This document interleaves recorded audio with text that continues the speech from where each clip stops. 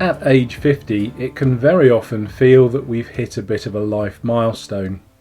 We're supposed to have everything pretty much sorted: careers, finances, family and whatnot. And many of us start using those things as indicators of how much of a successful, responsible adult we've been. For many, it's also a time of looking forward to slowing down a bit and possibly even thinking about retirement, and certainly not dressing up from head to toe in skin-tight lycra and gunning it up the nearest mountain.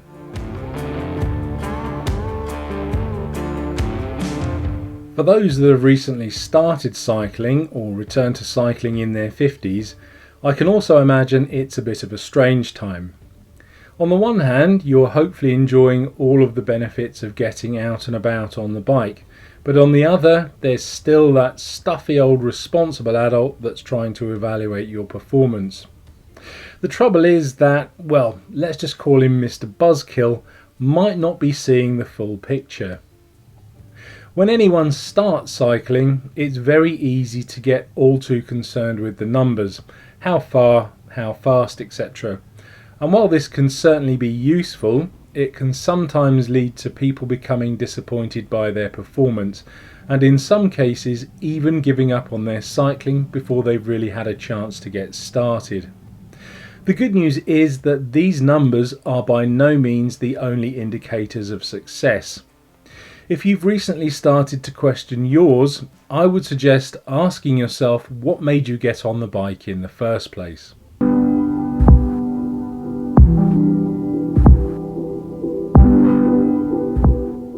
More often than not, many people in their 50s start cycling for health reasons, and I would argue that as long as you're getting out there on the bike 3 or 4 times a week and doing a ride that makes you out of breath for around 20 minutes or so, you will be doing wonders for your health, especially if all you were doing before was basically sitting, so on the sofa in the evening, at a desk in the office during the day, or in a car during the daily commute.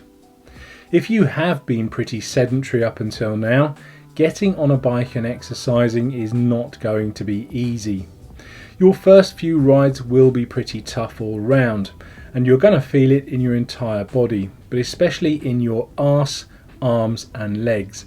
And depending on how hard you push yourself, your lungs and heart will be wondering what the fudge has hit them.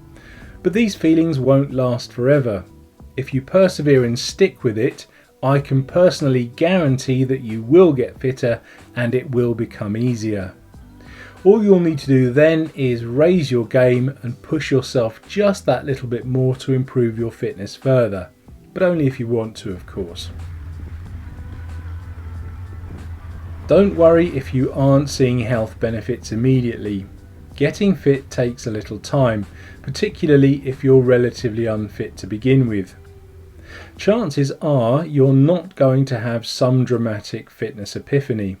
What's more likely is that your fitness will creep up on you so slowly you'll think that it's not happening at all, and then one day you'll realise that for the past 2 weeks you've been able to walk upstairs without getting out of breath.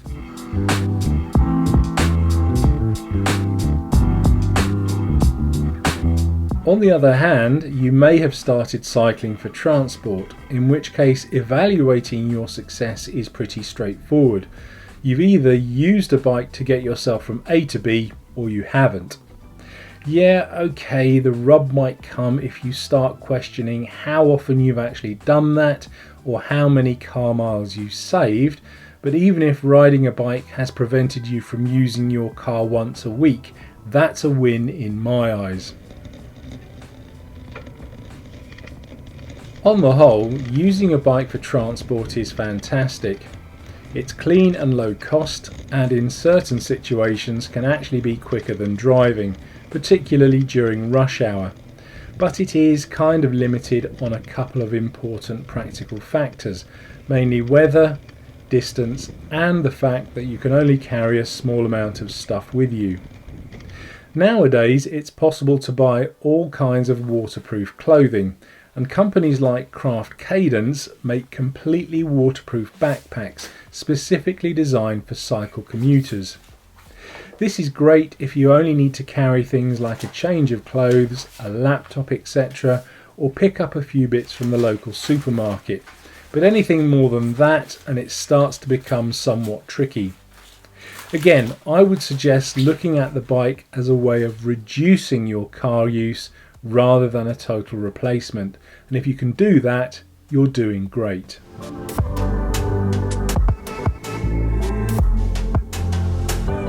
And then there are those weirdos that simply ride their bikes for fun.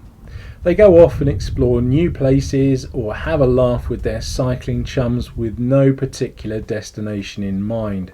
How do you evaluate how successful they are? Well, until they invent some handy little device, all you can do is go by feel. Simply ask yourself, are you having fun yet?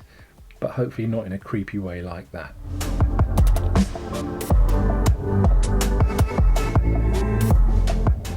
On a serious note, cycling is actually a great way to lift your mood because your body releases serotonin, otherwise known as the feel-good hormone, when you're doing it. In fact, many people find that riding a bike can improve their mental health and help to control conditions like depression and anxiety. In the past, medical science has been all too quick to find a chemical or a pill to treat these conditions. But nowadays, simply getting on a bike and enjoying the fresh air is having an equally dramatic and positive effect. Only you will know precisely what effect cycling is having on your mental health, but I would suggest that if you've ever returned from a ride feeling better than when you left the house, that's another win right there.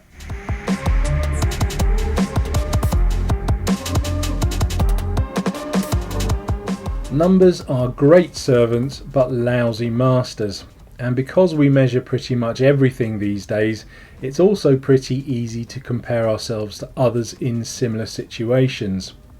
The problem is that when we do that, we don't really know the full story.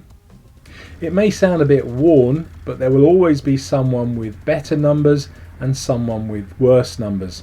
So for me, it's not so much about where you are right now, it's more about how far you've come.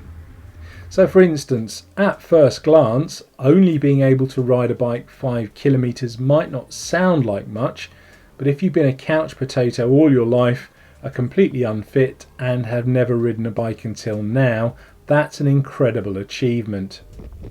At the end of the day, when it comes to cycling, whether that's for fitness, transport or simply for fun, doing something is always going to be far better than doing nothing at all. Stick with it, good luck, and thanks for watching.